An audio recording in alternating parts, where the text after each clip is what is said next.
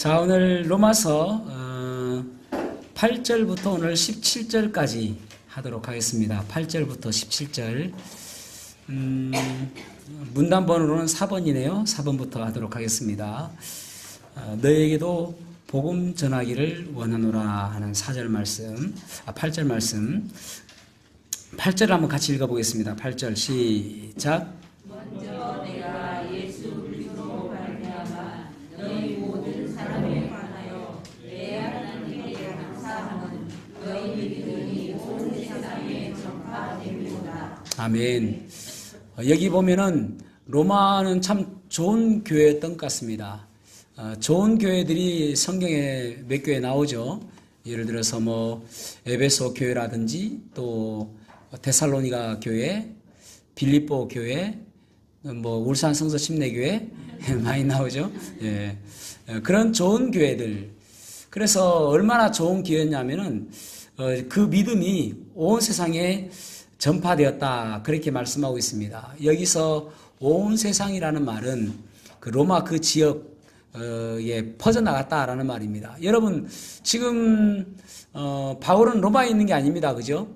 로마로 가고 싶어가지고 로마서를 언제 썼냐면은 3차 전도 여행 때에 에베소에서 마게도냐로 넘어가죠. 그래서 마게도냐로 넘어가는 것이 사도행전 몇 장입니까? 20장입니다. 그죠? 20장에 가면은 마게도냐 갔다가 잠시 아주 짤막한 구절로 되어 있는데 헬라에 3개월 동안 있었다라고 이야기합니다.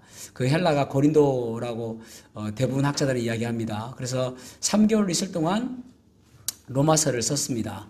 그러니까 그래서 이제 그 베베를 통해서 보내게 되지 않습니까? 그러니까 로마에 있는 게 아니고 고린도에 있음에도 불구하고 로마의 성도들의 믿음이 거기까지 들렸다라는 말입니다. 그러니까 아주 얼마나 믿음이 좋았으면은 그렇게 되어진 것이죠. 그러니까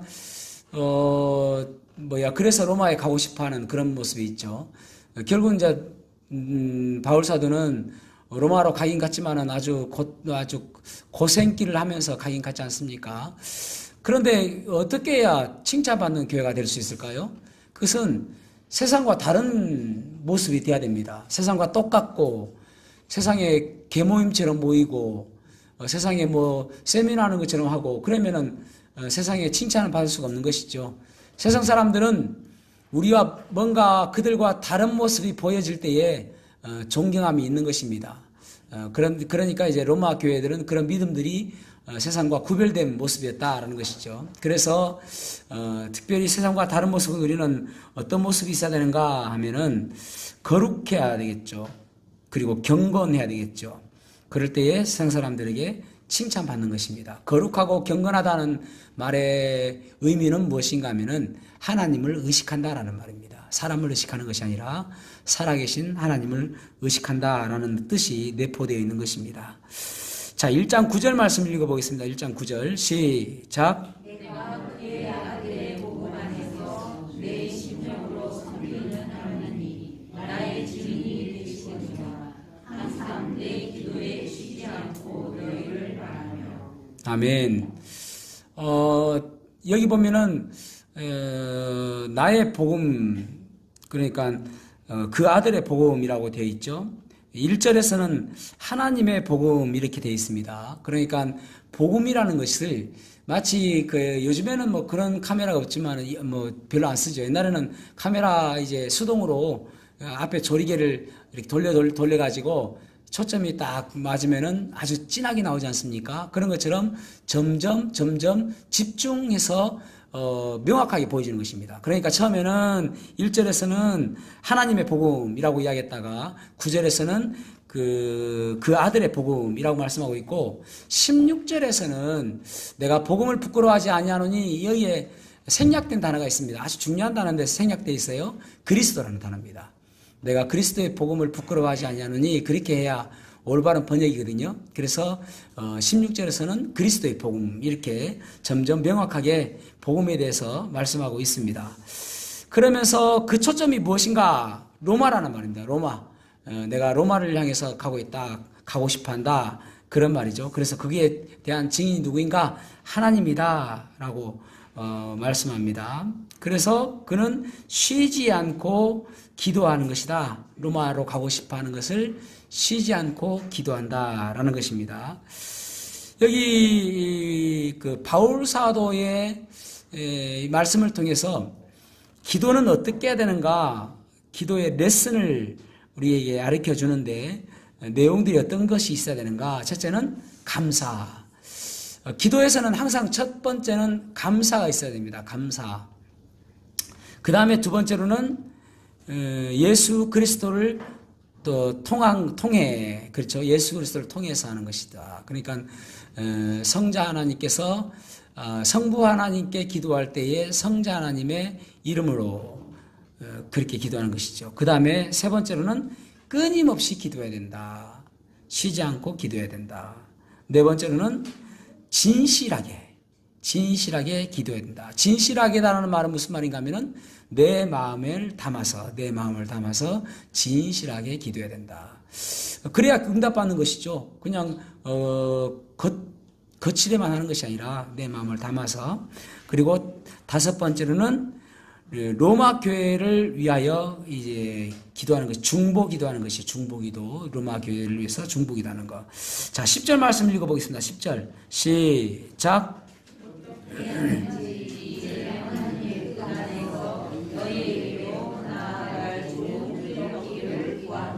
아멘. 구체적으로 기도하는 것입니다. 내가 너희에게로 나갈 것을 구한다. 좋은 길 얻기를 구한다. 어쨌든 가게 해주십시오라고 기도하는 것입니다. 구체적으로. 그러니까 구체적으로 기도하니까 하나님께서 그를 인도해 주시잖아요. 그러니까 바울 사도의 생각과는 다른 방법으로 갔지만은 어쨌든 결국은 이제 로마까지 가지 않습니까? 구체적으로 기도해야 된다. 그리고 일곱 번째는 하나님의 뜻을 따라서 기도해야 된다.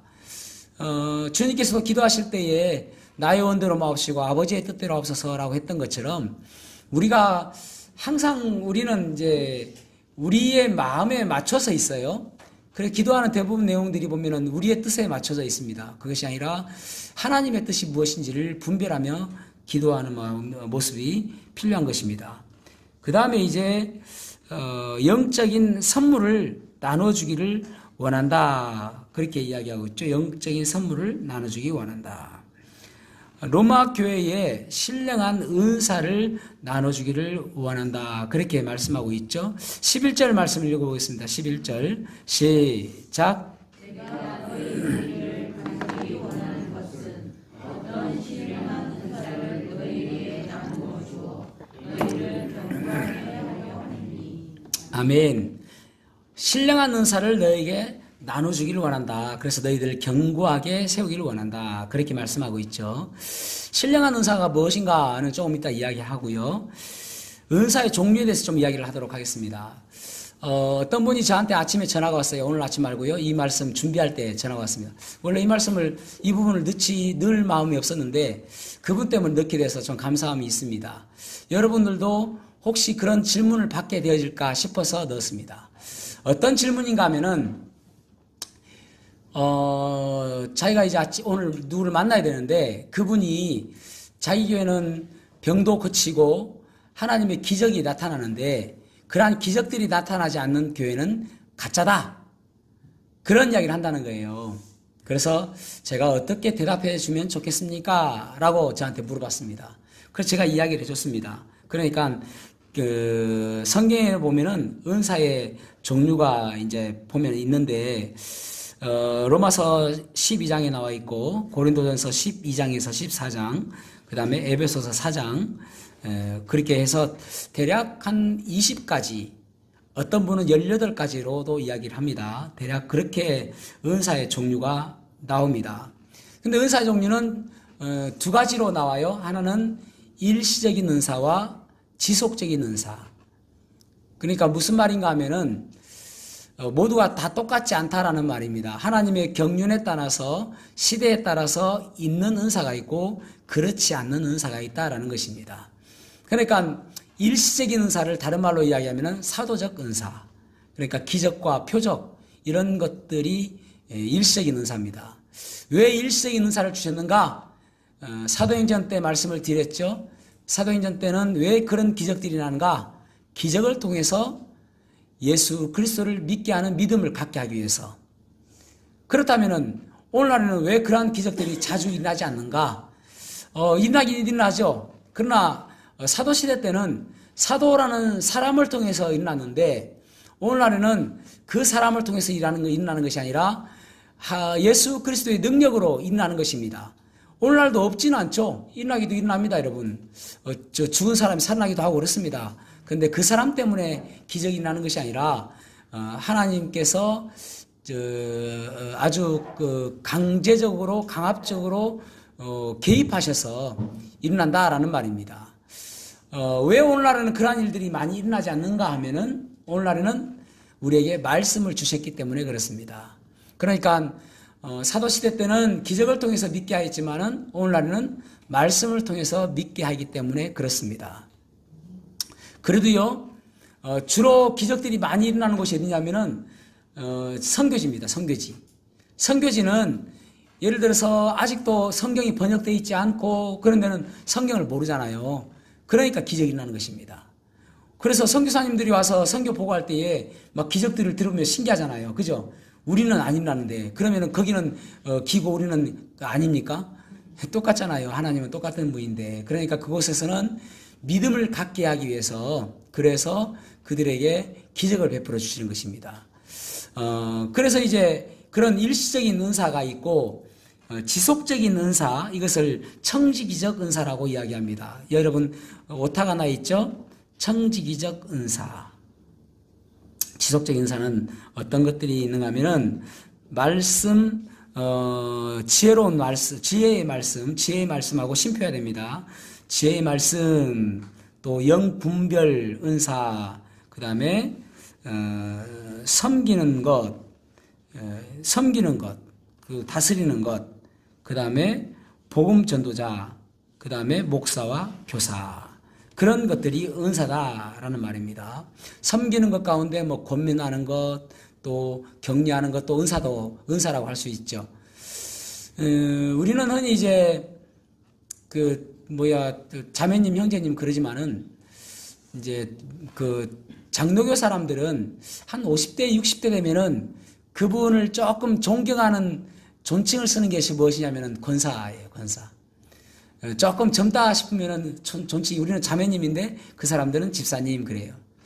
여러분들 권사라고 이야기 들어보신 적 있어요? 권사는 여러분 받기 그리 쉬운 건 아닙니다. 권사도 우리 교회 집사님들 임직하듯이 임직을 합니다. 떨어지는 사람도 있어요. 권사에서. 그러니까 권사의 뜻이 무엇이냐면은 권면하는 은사다라는 거예요. 권면하는 은사. 그러니까 권면하는 직분 뭐 그런 뜻이죠. 권면하는 직분.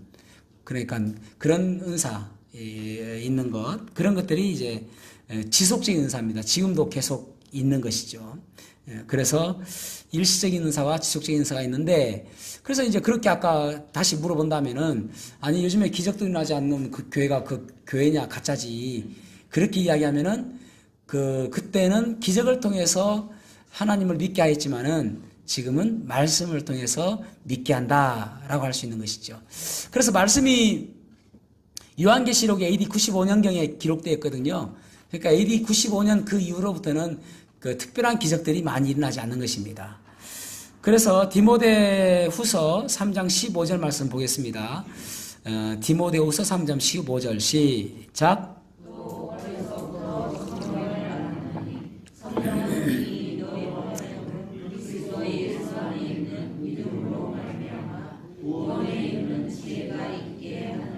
아멘. 말씀을 통해서 구원에 이르게 하는 지혜가 있다. 성경이 그렇게 말씀하고 있잖아요. 기적을 통해서 구원에 이르는 지혜가 아니라 성경 말씀을 통해서 구원에 이르는 지혜가 있다. 그렇게 말씀하고 있는 것입니다.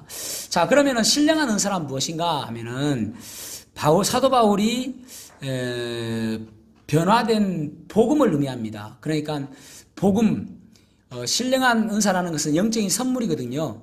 그래서 계속 앞뒤 문장을 보면은 복음이다라는 것입니다. 그래서 이 복음으로 다시 한번 로마 교회를 견고하게 세우겠다라는 그런 의미를 가지고 있습니다. 그래서 계속 복음에 대해서 이야기하는 것입니다. 12절 말씀 읽어보겠습니다. 12절 시작. 이는 곧 내가 너희 가운데서 너희와 나의 믿음으로 말미암아 피차 아니함을 얻으려 함이라. 아멘.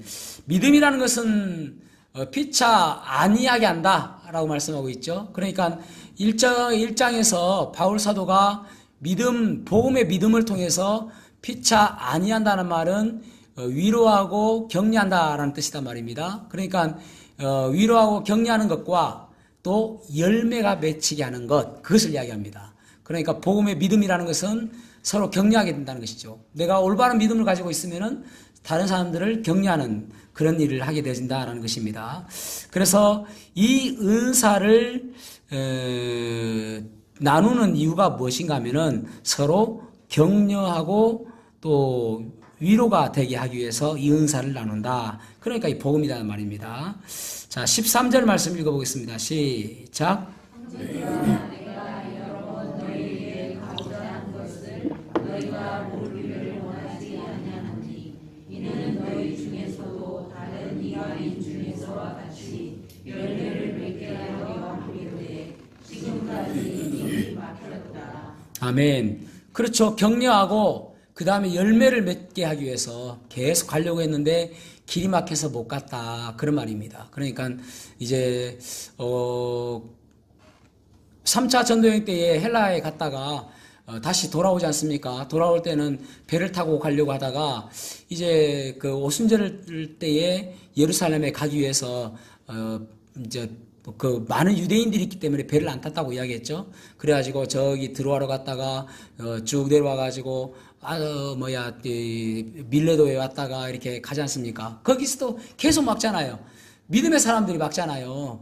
예루살렘에 가면 당신 잡힌다. 아가보도 막고 여러 사람이 막지 않습니까? 그러니까 계속 막아요. 그전에도 막았고. 그런데 결국 내가 꼭 가기를 원한다. 그런 말이죠. 왜냐하면은 열매를 맺히게 하기 위해서. 성경에서 열매가 여러 가지 열매가 있습니다.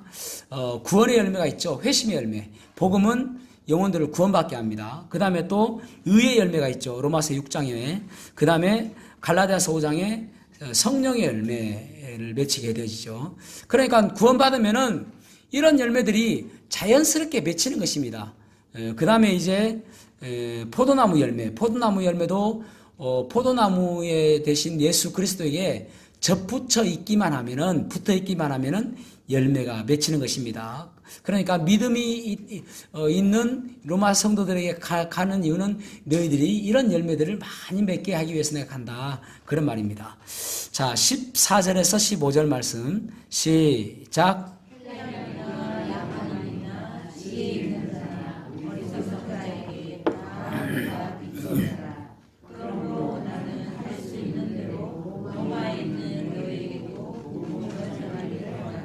아멘. 여기 이방인들을 헬라인이나 야만인으로 이렇게 나눴습니다. 이방인들을. 그러면서 또 헬라인은 어떤 사람인가 하면은 지혜자다라고 말씀하고 있고, 또 야만인은 어리석은 자다라고 이야기하고 있는 것입니다. 그러니까 헬라인은 그래도 조금 공부를 하고 헬라 문화에 좀 익숙하고 좀 지적 수준이 높은 사람들, 그러니까 그런 사람들 헬라인이라고 이야기했습니다. 그러니까 바울 사도가 22장에 보면은 이제 그 공회 변론할 때에 21장의 마지막에 나오겠네요. 그러니까 체포되었을 때에 천부장이 이제 그러지 않습니까? 천부장이 헬라어로 이야기하니까 네가 헬라어를 아냐 이야기하잖아요. 헬라어를 안다는 것은 똑똑한 사람이다라는 말입니다. 야만이라는 말은 조금 안 똑똑하다라는 말입니다. 어리석은 사람이다라는 말입니다. 그런데 이 모든 사람들에게 바울 사도는 뭐라고요? 빚진 자다. 그러니까 바울 사도는 이방인을 위한 택한 뭐라고요? 그릇이다. 사도행전 9장에 나오잖아요. 이 사람은 내가 이방인들을 위해서 보내는 택한 그릇이다라고 이야기하잖아요. 그러니까 이 헬라인이나 야만인에게 내가 빚진 자다라고 이야기합니다. 빚진다는 것은 있잖아요. 두 가지의 의미가 있는데, 하나는 누구한테 제가 돈을 빌렸어요. 그러면 제가 돈을 갚지 않고 있으면 빚진 거예요.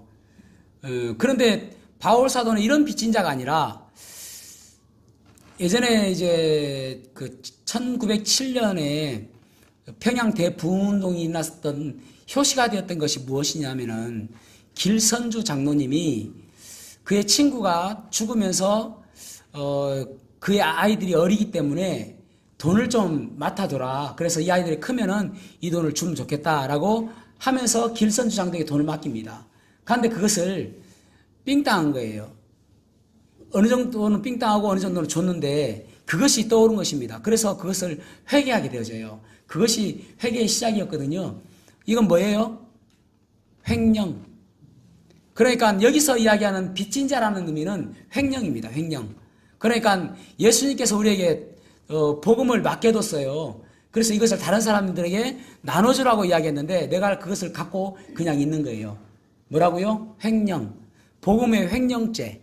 이것도 빚진 자입니다. 그러니까 이 빚진 것은 누구에게 빚진가 하면은 그 준 사람이 빚진 거예요. 이것을 나눠주라고 했는데 내가 안 나눠줬기 때문에. 그러니까 주님께 나는 빚진 자다라는 말입니다. 주님께서 나를 이방인들에게 보내셨는데 주님께서 맡기신 그 복음을 내가 가지고 있으니까 복음의 횡령죄에 걸리기 때문에 그래서 빚진 자다라고 하는 것입니다. 그래서 바울사도는 내가 이방인들에게 다 빚진 자다. 그것을 내가 가야 되는 사명이 있는데 그 사명을 내가 가지고 있다. 그런 말입니다. 그래서 이 복음의 횡령죄에 걸리지 않기 위해서 나는 이방인들에게 간다. 그렇게 말씀하고 있는 것이죠. 내가 그래서 복음을 전하기를 원한다. 그렇게 말씀하고 있는 것입니다. 복음의 채무의식을 갖는 것. 그것이 복음의 횡령죄에 걸리지 않는 것이다. 그러면서 이제 복음의 능력에 대해서 왜 내가 이 복음을 가지고 가야 되는가? 복음의 능력에 대해서 16절에서 17절 말씀 이야기합니다. 같이 읽어보겠습니다. 16절에서 17절 시작.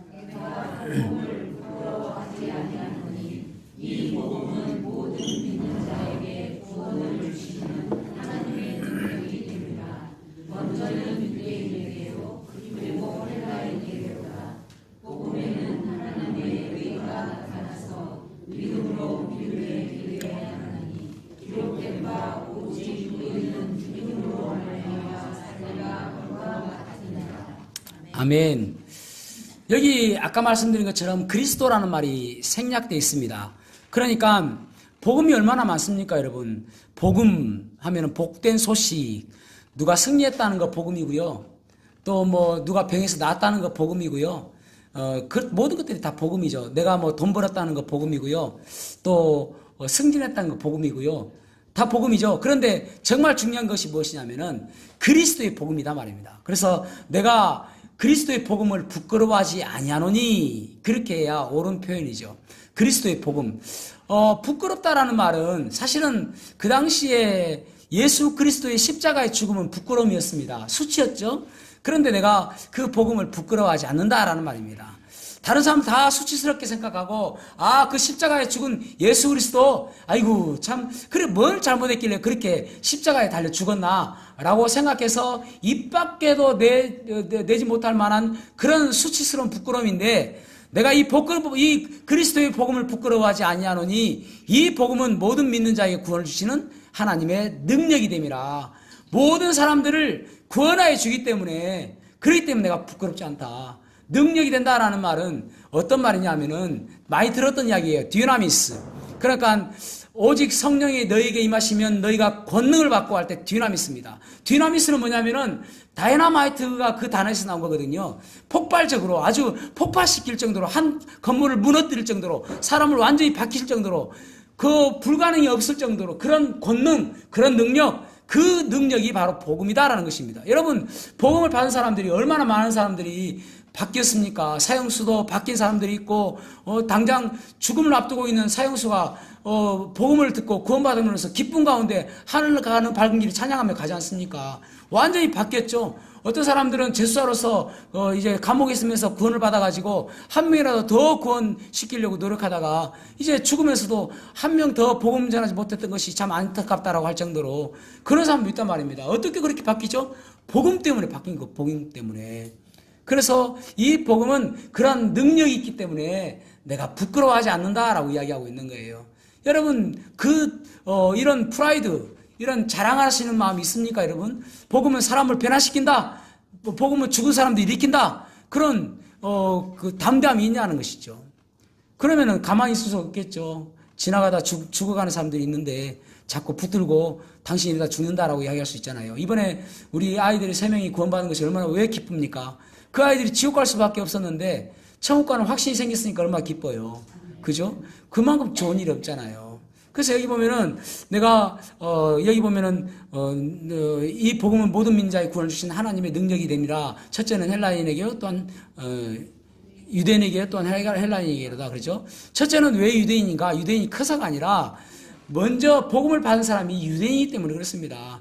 예수님께서도 유대인이었었고 여기 사도들도 다 유대인이었고 제자들 다 유대인이었습니다, 여러분. 선지자들 다 유대인입니다, 여러분. 그러니까 유대인들이 먼저 복음을 받았기 때문에 먼저는 유대인에게요, 또한 헬라인에게로다. 그런 것입니다. 그러니까 사람을 세 종류로 나누면은 유대인과 헬라인과 교회입니다. 유대인과 헬라인과 교회.